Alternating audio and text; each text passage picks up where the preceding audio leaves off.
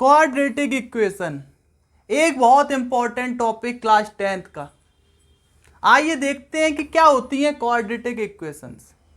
ये जो वर्ड है क्वाड्रेटिक, ये आप लोग पहली बार नहीं पढ़ रहे हैं। ये वर्ड आप क्लास 9th में भी पढ़ चुके हैं। इस वर्ड के बारे में आप क्लास 9th में भी सीख चुके हैं। आप लोगों ने क्लास 9th में चैप्टर सीखा था पॉलिनोमियल। उसमें आप लोगों ने देखी थी क्वाड्रेटिक पॉलिनोमियल, एक ऐसी पॉलिनोमियल जिसकी डिग्री कितनी होती है 2, उसको हम क्या बोलते हैं? Quadratic polynomial. अब आप देख रहे हैं कि इस पॉलिनोमियल में जो डिग्री है वो कितनी है? 2 है। तो इसको मैं क्या बोलूंगा? Quadratic polynomial. और जब इस क्वाड्रेटिक पॉलिनोमियल को आप 0 के इक्वल लिख देते हैं, when this quadratic polynomial equate to 0, तो जो आपकी इक्वेशन बनकर आती है इसको हम क्या बोलते हैं? Quadratic equation.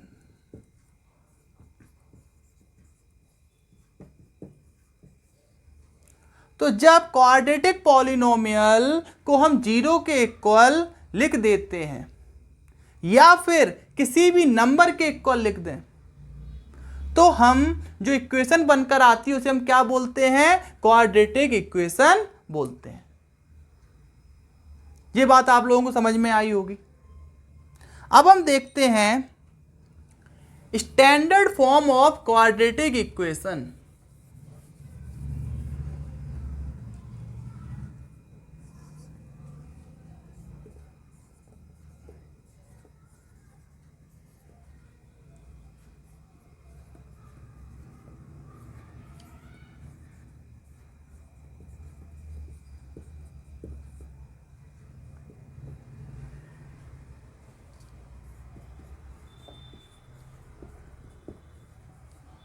क्वाड्रेटिक इक्वेशन की स्टैंडर्ड फॉर्म क्या होती है?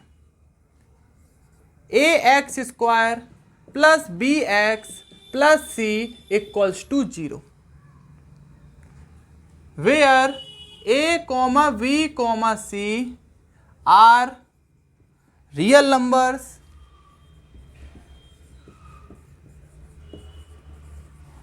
And a should not equals to 0। ध्यान से सुनिए, ax square bx plus C, जब आप एक क्वाड्रेटिक इक्वेशन को उसमें प्रेजेंट वेरिएबल की डिग्री को डिक्रीजिंग ऑर्डर में अरेंज कर देते हैं, जैसे कि यहां पर देखो, यहां पर x पर डिग्री कितनी है 2, यहां पर कितनी है 1 और यहां पर क्या है 0, तो जो आपकी इक्वेशन बनकर आती है उसे हम क्या बोलते हैं? Standard form of quadratic equation. और इस standard form of quadratic equation में ए बी सी, ये जो आपको कोएफिशिएंट्स दिखाई दे रहे हैं ए और बी, और ये जो आपको कांस्टेंट नंबर दिखाई दे रहा है, ये क्या होने चाहिए? रियल नंबर्स होने चाहिए। और याद रखना, ये जो आपका ए है ये 0 के इक्वल नहीं होना चाहिए, क्योंकि अगर ए 0 के इक्वल हो गया तो ये टर्म ए एक्स स्क्वायर वाली टर्म हट जाएगी, और ए एक्स स्क्वायर वाली टर्म हट गई तो जो आपकी ये इक्वेशन बनकर आएगी इसको हम क्वाड्रेटिक इक्वेशन नहीं बोलेंगे, फिर हम इसको बोलेंगे linear equation.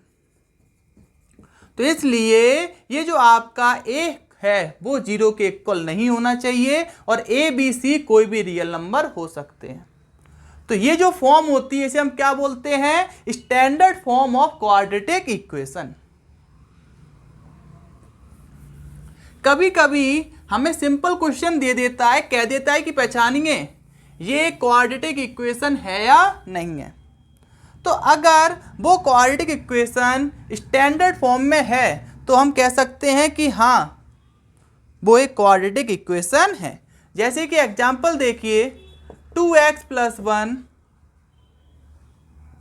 3x plus 2 equal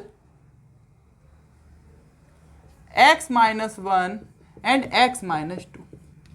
हमें पता करना है कि ये जो आपकी इक्वेशन लिखी है क्या ये क्वाड्रेटिक इक्वेशन है या नहीं। सबसे पहले मल्टीप्लाई करा लेते हैं।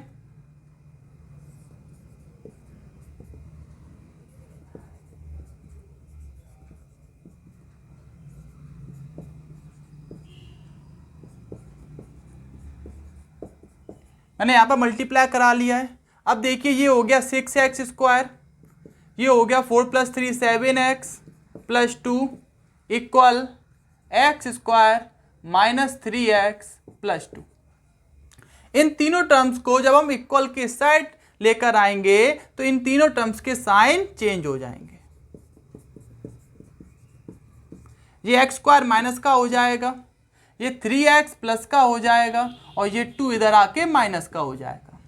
अब देखिए ये कितना है 6x² और ये है माइनस के x², माइनस करूंगा तो हो जाएगा 5x²। ये कितना है 7x और ये कितना है 3x, ये हो जाएगा 10x। और ये कितना है 2 और यहां पर कितना है -2, 2 - 2 0। अब आप देखिए कि क्या ये इक्वेशन ax² + bx + c के फॉर्म में है या नहीं है।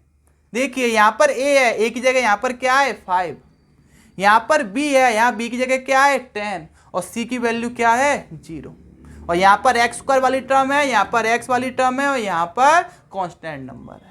तो हाँ, ये equation standard form of quadratic equation पर है, तो हम बोल सकते हैं कि ये एक क्वाड्रेटिक इक्वेशन है। तो आप लोगों को समझ में आया होगा कि क्वाड्रेटिक इक्वेशन क्या होती है और उसकी स्टैंडर्ड फॉर्म क्या होती है। एक क्वेश्चन और देखते हैं और सीखते हैं कि क्या वो क्वाड्रेटिक इक्वेशन है या नहीं है।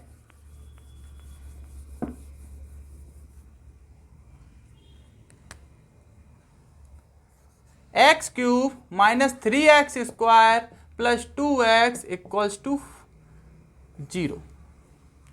अब आप देख लीजिए कि यहां पर जो मैक्सिमम डिग्री है वो कितनी है 3 है और आपकी क्वाड्रेटिक इक्वेशन में जो डिग्री होती है वो कितनी होती है 2 होती है।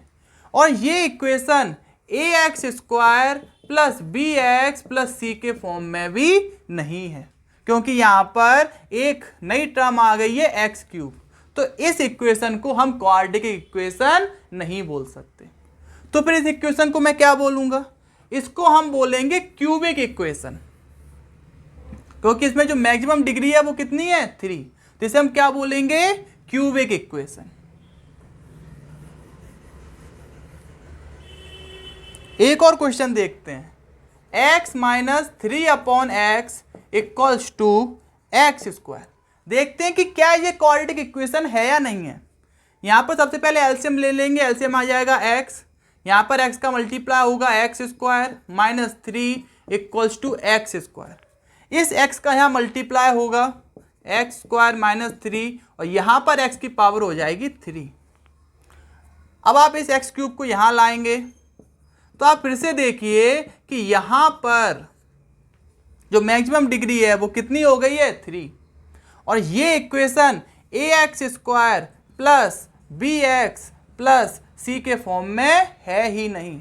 तो जो इक्वेशन ax² + bx + c के फॉर्म में नहीं होगी उनको हम क्वाड्रेटिक इक्वेशन नहीं बोलेंगे। तो इस इक्वेशन को भी मैं क्वाड्रेटिक इक्वेशन नहीं बोल सकता हूं। तो क्वाड्रेटिक इक्वेशन में याद रखना जो मैक्सिमम डिग्री होती है वो होती है 2, बट इस इक्वेशन में मैक्सिमम डिग्री कितनी है 3 है। जो क्वाड्रेटिक इक्वेशन होती है वो हमेशा ax² + bx + c के फॉर्म में होती है।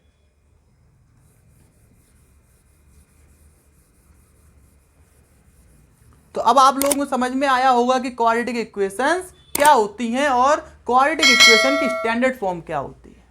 Thank you.